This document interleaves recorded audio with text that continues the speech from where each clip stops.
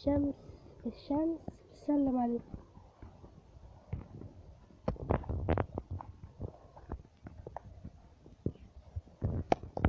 بعد ما يخلص ويروح يكون الجو اي يعني يكون لونه غمق يعني من كتر الحر.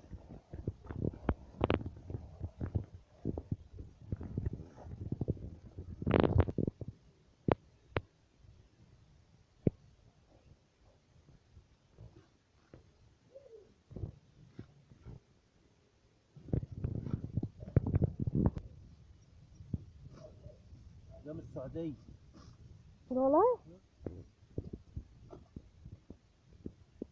ده من السعودية.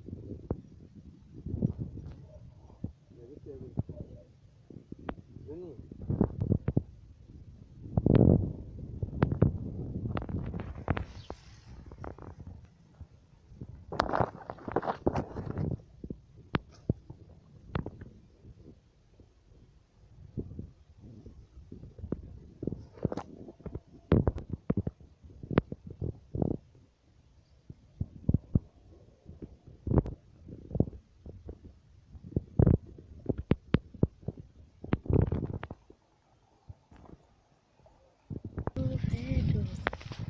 رميناه في ماضي وحكاياته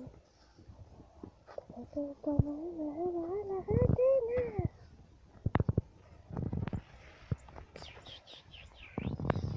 حاسب رايح يا ابني كام سنة في الحر كده. ده بقى اللي بيقول عليه عيد فرحة ما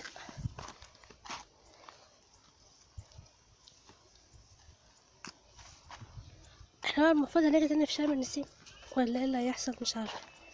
يعني في العيد وجينا هنا حلو، وبدأ في شم النسيم يكون الجو حلو شوية. يعني هو الصبح واخدين بالكم كان الجو تراب بأمان، كان حلو كده. حتى قلت ماما اروح لو انت تجيب العيش. سبتها ومشيت. خد حبيبتي ما يسقعك الزر فاضي. ما يسقعك.